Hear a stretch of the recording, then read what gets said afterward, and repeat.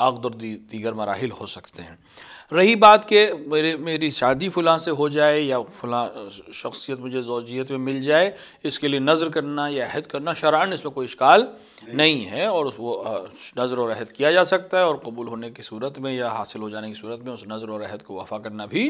ضروری ہو جائے گا۔ جزاک اللہ۔ اگر سوال یہ ہے کہ شادی کے مسئلے پہ ہم نے ڈسکس بھی کیا تھا ایک اس پہ ایپیسوڈ میں، کیونکہ ہمارے ہاں شادیوں کا مسئلہ ہی بہت الگ ہے، اتنا اس کو کمپلیکیٹڈ بنا دیا ہے کہ مسئلہ ہی جو بہت ہی ایزی تھا اس کو بہت ہی زیادہ کمپلیکیٹڈ بنا دیا۔ میرا سوال یہ کہ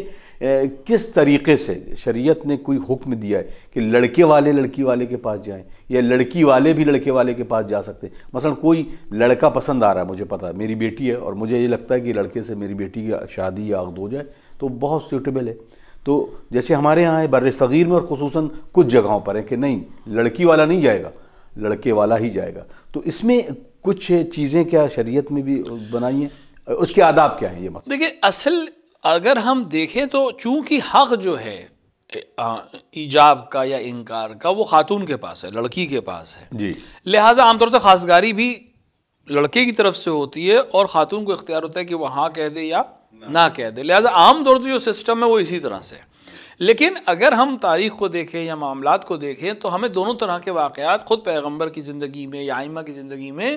مل جاتے ہیں، کہ جہاں جناب خدیجہ الکبریٰ سلام اللہ علیہ نے خود پیغام بھیجا تھا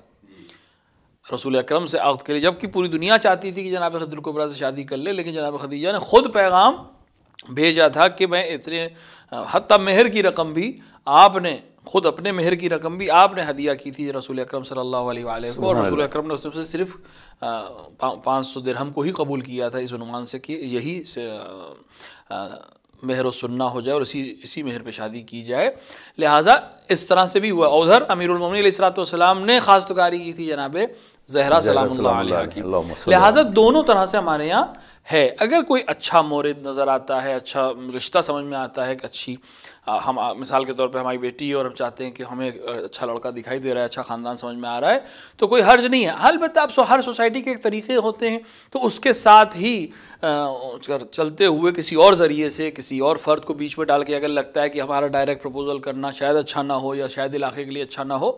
تو کسی اور تھرڈ پرسن کے ذریعے سے، جس طرح جناب خدیجہ نے کسی اور شخص کے ذریعے سے یہ بات پہنچوائی تھی، یہ کرنے میں کوئی حرج نہیں ہے، شرعاً کوئی مسئلہ نہیں ہے۔ ہاں، اختیار خاتون لڑکی ہی کے پاس ہے، یعنی طریقہ یہ ہے کہ لڑکا خواستگاری کرے اور لڑکی قبول یا انکار کرے گی۔ جب عقد کا وقت آئے گا، تب جب بات طے ہو چکی ہے، تب لڑکی پھر اپنے آپ کو یا اس کا وکیل عقد میں دیتا ہے اور لڑکا قبول کرتا ہے، وَإِلَّا خود پہلی جو بات ہے وہ لڑکے کی طرف سے پروپوزل ہے اور لڑکی کی طرف سے ایجاب یا انکار ہے، لہٰذا حق اس کے پاس ضرور ہے، لیکن کون پہلے بات کرے اور کون بعد میں بات کرے یا اس سے کچھ شان میں کمی آ جائے گی، ایسا کوئی مسئلہ نہیں ہے، جو بھی چاہے وہ پہل کر سکتا ہے۔ جزاک اللہ۔ اب اس کیونکہ سوال ہی ایک محترمہ کا ہے کہ اگر جبرن، یعنی اگر جبرن یہ ہو جائے کہ بتایا ہی نہیں گیا کہ شادی طے ہو گئی، اور لڑکی کا ہوتا یہی ہے میرے خیال سے، وہ پہلے پوچھا نہیں جاتا ہے، اور عقد کے وقت وہ مولوی صاحب آتے ہیں اور پوچھتے ہیں، پھر وہ کہتی ہے ٹھیک ہے ہاں یس، لیکن اس کے نکاح کے بعد اگر لڑکی یہ کہہ دے کہ مجھے جبرن ہاں کہلوائی گئی، تو یہ کیا نکاح صحیح ہے؟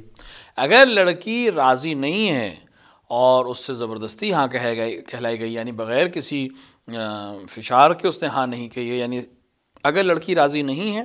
اور مجبوری میں آ کر اس نے ہاں کہی اور بعد میں جیسی اس کو آزادی ملی اس نے کہہ دیا کہ میں اس عقد کے لیے راضی نہیں ہوں، تو یہ عقد صحیح نہیں ہے، اور مراجع کے نزدیک یہ عقد صحیح نہیں ہوگا، اس کو یا دوبارہ پڑھا جائے یہ عقد اس کو راضی کر کے،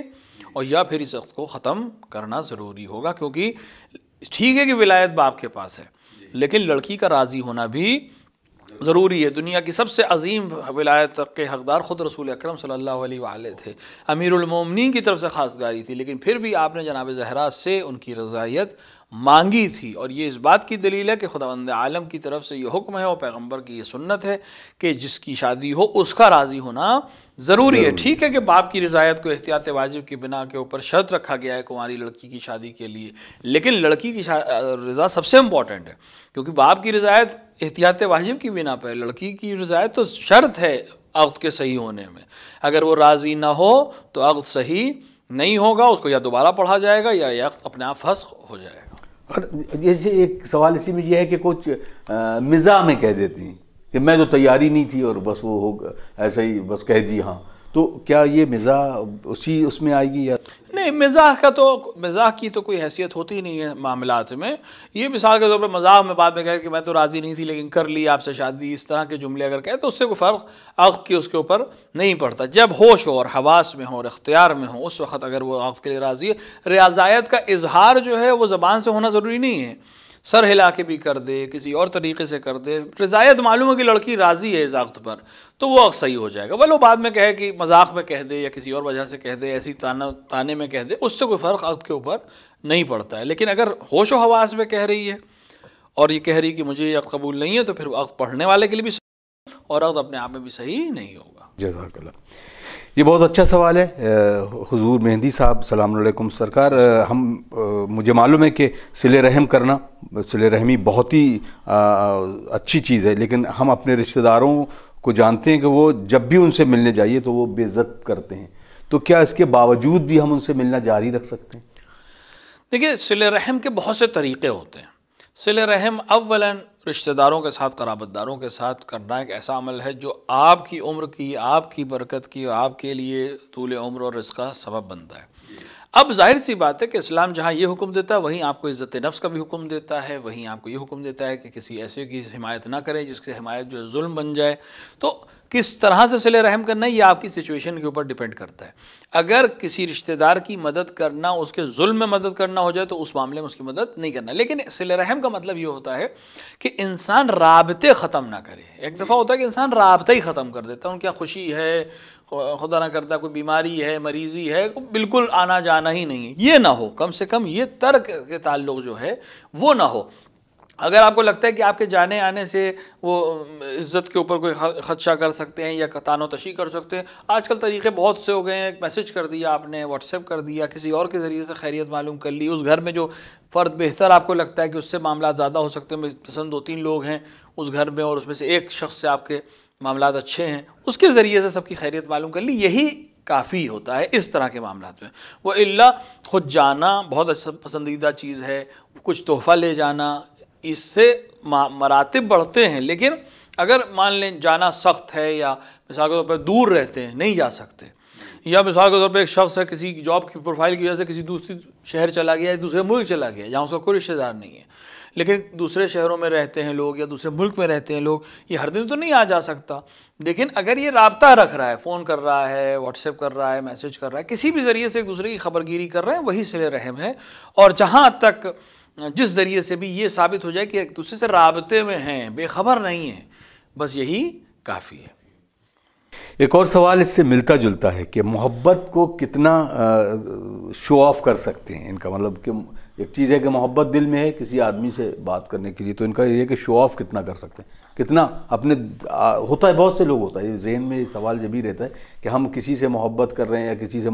کو یہ دکھانا چاہ رہے ہیں تو اس کو وہ شو آف کیا جا سکتا ہے کہ نہیں؟ محبت کا اظہار کرنے میں کوئی حرج نہیں ہے. جو محبت اگر مثال کے طور پر رشتہ داروں سے محبت ہے، قرابت داروں سے محبت ہے، یا زن و شوہر کی آپس میں محبت ہے، یا اولاد سے محبت ہے، یا برعکس اولاد کی والدین سے محبت ہے، بھائیوں کی محبت ہے، ہزاروں طرح کی دنیا میں محبتیں ہیں، حلال محبتیں. ان کا اظہار ضروری، کیونکہ محبت کا ایک بہت اہم تقاضا اظہار ہوتا ہے. صرف دل میں رکھنا کافی نہیں ہوتا، کیونکہ اگر آپ بہت ممکن ہے سامنے والے کو سمجھ ہی میں نہ آئے.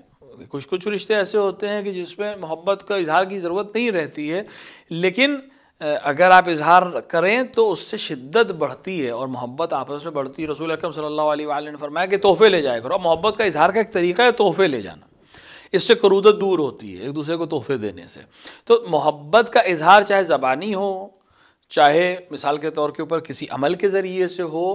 اپنے آپ میں بہت اچھی چیز ہے. بس اب اس طرح سے اظہار محبت ہو کہ نہ سامنے والا شرمندہ ہو اس کی وجہ سے. ممکن مثال کے طور پر آپ کو کسی سے محبت ہے، وہ طبقے میں کمزور ہے یا اقتصادی طور سے کمزور ہے، آپ اس کے لیے کوئی ایسا تحفہ لے جائیں، آپ اپنی محبت سے لے جا رہے ہیں، لیکن ایک ایسا تحفہ لے جائیں کہ اس کو شرمندگی ہونے لگے کہ اس نے بہت قیمتی چیز مجھے دے دی، میں اس کو برعکس میں کچھ نہیں دے. ایک دفعہ ہوتا ہے انڈرسٹینڈنگ ہے تو کوئی بات نہیں ہے، لیکن ایک دفعہ انڈرسٹینڈنگ نہیں ہے اس طرح کی، تو اس طرح سے بھی اظہار محبت نہ ہو کہ اس کو شرمندگی ہونے لگے یا احساس کمتری ہونے لگے. تو اس طرح سے عمل کیا جائے کہ آپ کی محبت کا اظہار بھی ہو اور اس کو کسی طرح کی شرمندگی بھی نہ ہو۔ دوسری طرف اگر بالکل برابر کے لوگ ہیں، دونوں ایک دوسرے کے آتے جاتے ہیں، اظہار محبت کر رہے ہیں، عملاً کوئی ایسا کام انجام دے رہے ہیں جس سے نہ اس کی کوئی سبکی ہوگی نہ آپ کے لیے کوئی پریشانی کا سبب ہے، تو اس میں کوئی حرج نہیں ہے۔ تو یہ سچویشن پہ ڈیپینڈ کرتا ہے، افراد پہ ڈیپینڈ کرتا ہے، لیکن جہاں تک اظہار کی بات ہے، ہر وہ چیز جو حلال ہے اور آپ کے حد اور توانائی میں، اس کے اظہار میں کوئی نقصان نہیں ہے۔ اگر کیونکہ اس پہ جو سوال ہے وہ یہ ہوتا ہے کہ جو پہلے آج سے 25 سال 30 سال 40 سال پہلے ایک گریسفل لفظ جو انگلش میں بولا ہی جاتا ہے اکثر، گریسفل دکھانے کے لیے والدین خاص طور سے والد اپنے آپ کو اپنے بچوں سے بات ہی نہیں کر رہے ہیں، ان کو اپنے گود میں نہیں اٹھا رہے ہیں۔ کیوں؟ یہ دکھانا کہ میں محبت تو کرتا ہوں لیکن اس کا اظہار اس وجہ سے نہیں کر رہا کہ بچہ جو ہے بگڑ جائے گا۔ تو اس کو کیا منع کیا گیا؟ مثلا وہ گھر میں اگر داخل ہوئے تو پتہ چلا کہ کوئی آ گیا، مطلب والد صاحب آ گئے، تو یہ پتہ چلا کہ یہ پوسٹ جو والد صاحب والی ہے یہ بہت اہم ہے، تو اس کے بارے میں کیا شریعت نے منع؟ اگر دیکھیں اس طرح سے، یہ بالکل ایک ایسی چیز ہے جو شاید اسلامی طور سے اگر دیکھیں تو بالکل ہی صحیح نہیں ہے، کیونکہ ہم اگر ائمہ علیہ السلام کے طریقے کو دیکھیں، رسول اکرم صلی اللہ علیہ وآلہ کے طریقے کو دیکھیں، تو آپ اب جہاں جناب زہرا سلام اللہ علیہ کا احترام کر رہے ہیں، جناب زہرا سلام اللہ علیہ سے محبت کر رہے ہیں، جناب زہرا سلام اللہ علیہ کو اپنی جگہ پہ بٹھا رہے ہیں، ایک بیٹی اور باپ کے ذریعے سے اگر دیکھا جائے، یا جناب حسنین کو اپنی گود میں کھلا رہے ہیں اپنے اوپر، جبکہ رسول اکرم بعنوان رسول ہیں مدینے میں اور مکے میں، لیکن بہرحال آپ اس طرح سے اظہار محبت بھی کر رہے ہیں اور بچوں کے ساتھ بچوں کی طرح کھیلتے تھے، نہ کہ بڑوں کی طرح جو شفقت خالی ہے، نہیں، بچوں کی طرح کھیلتے تھے بچوں کے ساتھ۔ اور اسی طرح امیر المومنین علیہ السلام کے لیے روایات میں ہے، بہت کم یہ باتیں ذکر ہوتی ہیں، لیکن روایات میں ہے کہ امیر المومنین جناب زہرا اپنے بچوں کو لے کے صحرا میں جاتے تھے، یعنی آج کے دور کے حساب سے کہیں کہ گھومنے چلے گئے، عرب میں یا مدینے میں باغات ہیں، صحرا ہے، میدان ہے، دشت ہے، چلے گئے کچھ دیر کے لیے، تو یہ ایک اچھی چیز ہے۔ یہ نہیں کہ بچوں کو بھیج دیا یا بچے چلے گئے، باپ نہیں جا رہا ہے کہ میں تو نہیں جاؤں گا، یہ چیزیں اچھی نہیں۔ خود امیر المومنین جس کو مرد کی سند خداوند عالم نے اور رسول نے دی، اس سے بڑھ کر کون مرد ہوگا، اس کی مردانگی ہوگی، لیکن وہ بتا رہے ہیں، یہ سماج کو سکھانا چاہ رہے ہیں کہ نہیں، اپنے زوجہ کے ساتھ اپنے بچوں کے ساتھ صحرا میں جانا، گھومنا، باتیں کرنا، نظارے دیکھنا، ایک دوسرے سے ہنسی مذاق کرنا۔ جناب زہرا اور امیر المومنین ایک دوسرے سے ہنسی مذاق کرتے تھے، البتہ وہ ہنسی مذاق نہیں جو آج کا طریقہ ہے، کسی کی توہین کرنا ہے کو ہم مذاق سمجھتے ہیں، کسی کے پیٹھ پیچھے اس کی بات کرنا یا اس کی ادا نکالنے کو ہم مذاق سمجھتے ہیں، یہ نہیں۔ مذاق کا مثال کے طور پر جناب امیر علیہ السلام نے اپنی فضیلتیں بیان کرنا شروع کی، اور جناب زہرا نے پھر اس کے مقابلے میں اپنی فضیلتیں بیان کرنا شروع کی، اور پھر یہ بات ہوئی کہ آخر میں یہ ہوا کہ رسول اکرم مجھے زیادہ چاہتے ہیں یا آپ کو زیادہ چاہتے ہیں، اور اس طرح دونوں نے اپنے اپنے فضائل کہ رسول نے میرے لیے یہ کیا، اور امیر المومنین نے کہا کہ میرے لیے رسول نے یہ کیا اور مجھے لگتا ہے کہ مجھے زیادہ چاہتے ہیں۔ یہ مزاح ہو رہا ہے، یہ آپس میں زن و شوہر بھی ہیں اور مزاح کر رہے، کائنات کی سب سے خوبصورت جوڑی۔ پھر یہ گئے واپس رسول اکرم کے پاس اور یہ سوال رسول اکرم صلی اللہ علیہ وآلہ سے کیا کہ آپ ہم دونوں میں سے کس سے زیادہ محبت کرتے ہیں؟ تو رسول اکرم صلی اللہ علیہ وآلہ نے جواب دیا کہ فاطمہ مجھے محبوب زیادہ ہے اور علی مجھے عزیز زیادہ ہے۔ حب فاطمہ سے زیادہ ہے اور عزت و کرم علی سے زیادہ ہے، عزیز مجھے بہت ہے، نزدیک میں بہت ہے۔ تو رسول اکرم نے بھی اس طرح سے جواب دیا کہ دونوں سے محبت کا اظہار بھی